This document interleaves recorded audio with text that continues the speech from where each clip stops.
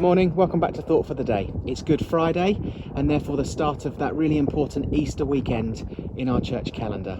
I'm really pleased to say that one of our divisional leaders, Major Susan Jones, has offered this reflection for us today. So let's hand over to her and then we will share more with you again on Easter Sunday. Without any shadow of a doubt, Good Friday 2020 will be like no other. It may for some people feel like a not so good Friday because we're unable to meet together to worship around the foot of the cross. For others it may feel like a bad Friday because of the restrictions that are being placed upon us at this time in our history when the whole world has been impacted by the coronavirus. Had the DC and I been with you today, we would have used a reading entitled Friday, so if you will allow me, I'll share that reading with you. It comes from a man by the name of Peter Dainty, who has an amazing ability to create powerful images and emotions in his audience. So here's the poem, Friday. It was Bad Friday on Golgotha Hill, when they set up a cross in order to kill. They nailed through the hands and they nailed through the feet of the man of love for whom life was sweet, and his blood washed away in the tears of the rain, and the very earth shook with the shame of his pain. It was Bad Friday on Golgotha Hill, when they set up a cross in order to kill. It was Bad Friday on Golgotha Hill, when they murdered a man for doing God's will.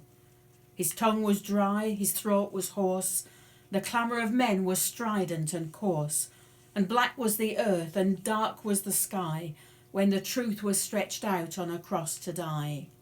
It was Bad Friday on Golgotha Hill, when they murdered a man for doing God's will.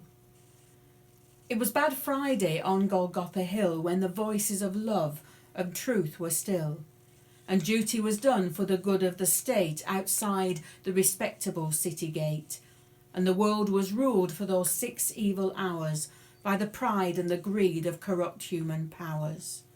It was Bad Friday on Golgotha Hill, when the voices of love and truth were still.